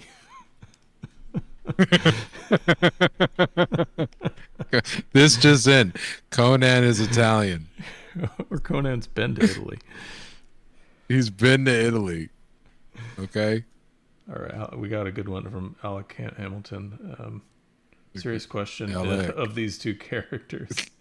If they face, he's fighting in the Vatican. Who's coming out on top? So if Conan's fighting this character, who's going to win? I think Conan's going to win because he has a much more agile sword than this big, huge, heavy Warhammer halberd thing. But then again, my guy's dead already. So, well, Conan specializes in killing things that are already dead. That's true. Okay, we got one more question in our last 5 minutes to address here, and I think it's an important one for fantasy illustration, since Ray is a new magic artist, and I'm, I guess, a medium. I'm a medium magic artist. So what we're about to address in this question, from I'm not going to do this right. I'm sorry. Ionis Fiore, very Italian sounding name. Okay, so they're asking, how do you guys manage not to mess up figure versus background relationship? So this is a wonderful balancing act that you have to do in the world of Magic the Gathering illustrations. And it's something we call figure ground relationship.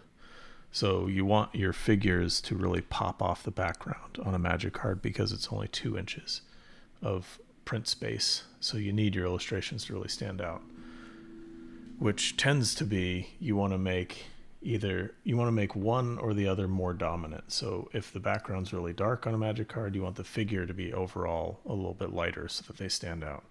And if the figure is a little bit darker, you want the background to be a lot lighter so that you can see the relationship between the two immediately. When you're doing stuff that's more subtle, like what Ray's doing here, he still has a transition from that cool side on the right to a darker side on the left. There's still a major transition there, and he's allowing it to fall off here and there on the figure. He's allowing the values to come close and to lose the edges. I like that way in painting, but it's really hard to do on Magic cards because you lose the figure value, like the figure background read. Totally. It's really hard to play with that. You need to have a little bit more of a graphic read on a Magic card than you do, as you would with like a D&D illustration or something. Go ahead, Ray. If it were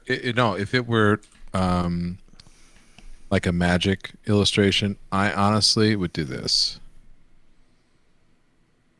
Like that. Make it pink. No. Exactly.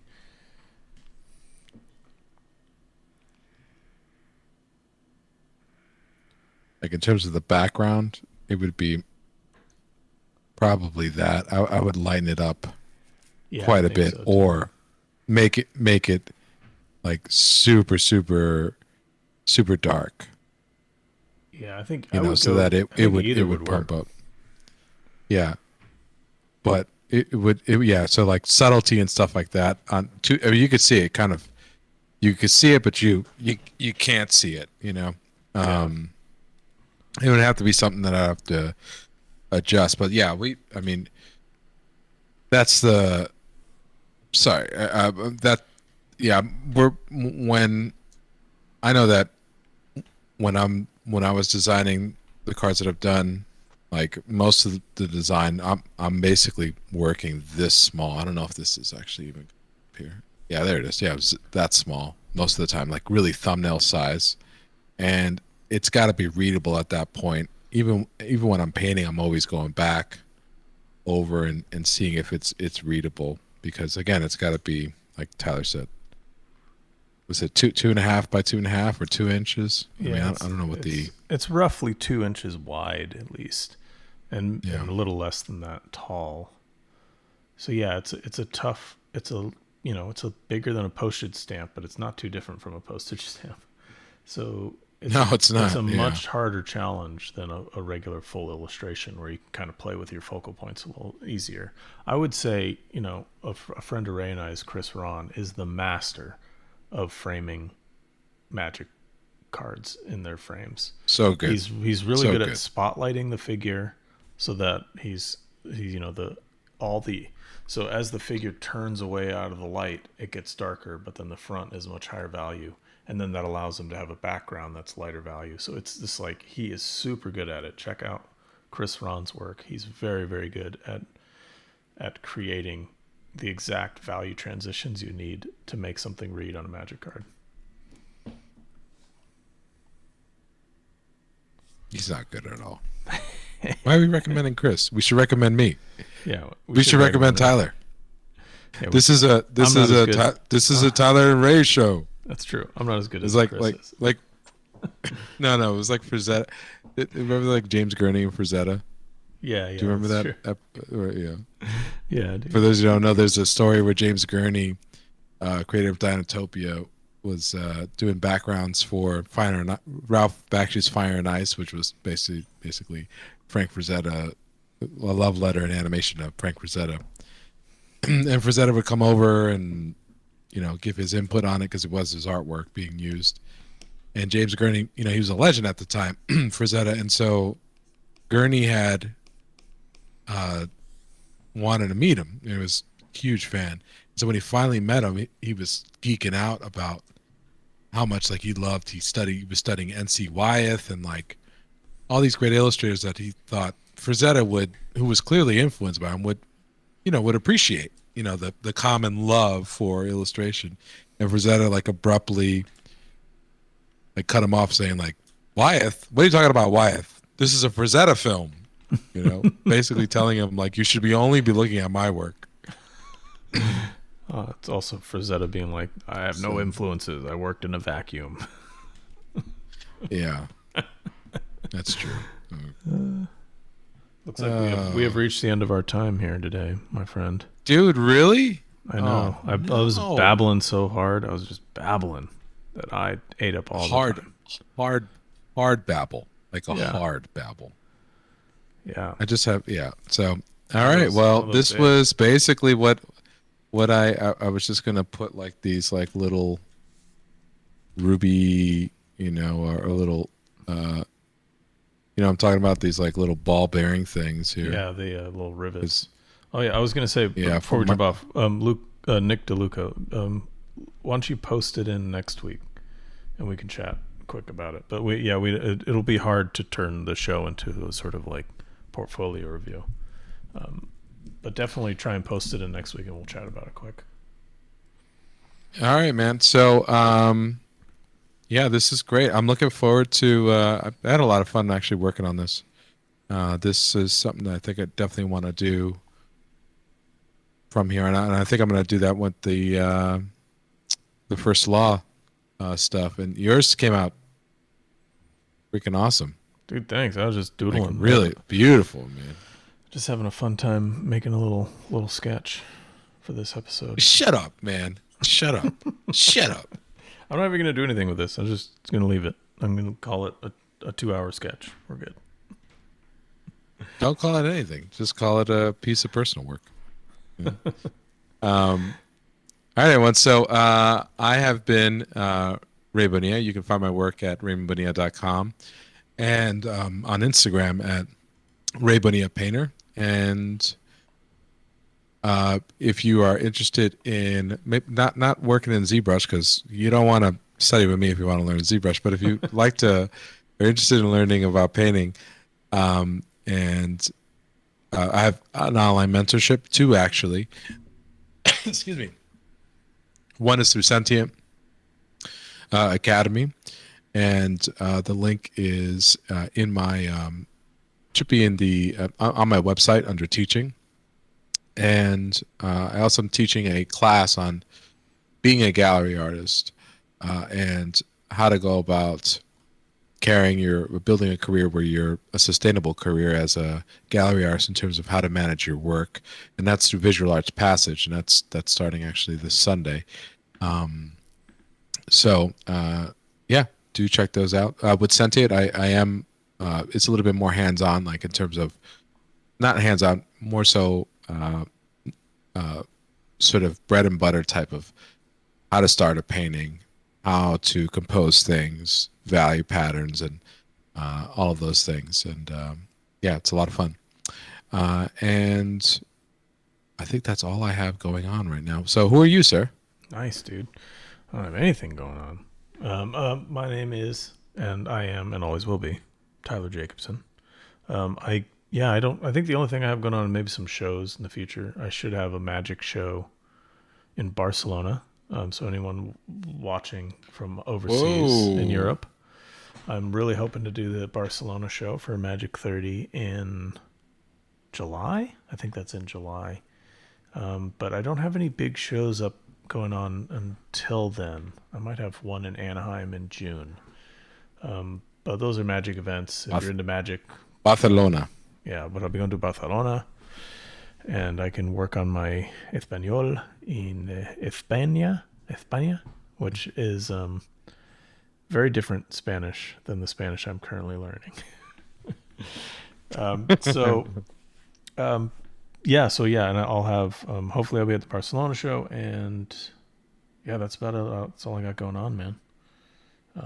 Dude, We'll be back and so next where can week. people find your work and stuff? Are you just gonna like I currently exist in the void, or I exist in on the Google search engine. No. Yeah, you can find my work at tylerjacobsonart.com or at tylerjacobsonart on Instagram. And we love you all. Thank you for joining us. And we will be back next week. all right, consider liking and subscribing on our YouTube page if you're watching this on demand. Thank you so much, and do check out our Instagram page at LiveBrush for show announcements and as well as other goodies. And I'll be posting a higher res image of this as well as some of my magic work. And let me see if I can needle Tyler to give me a nice res image of this sketch, as he calls it. Yeah, it's for a sure. freaking finished illustration, so we could show that up as well. So thanks so much, everyone, and we'll see you next week. Take care. Bye-bye.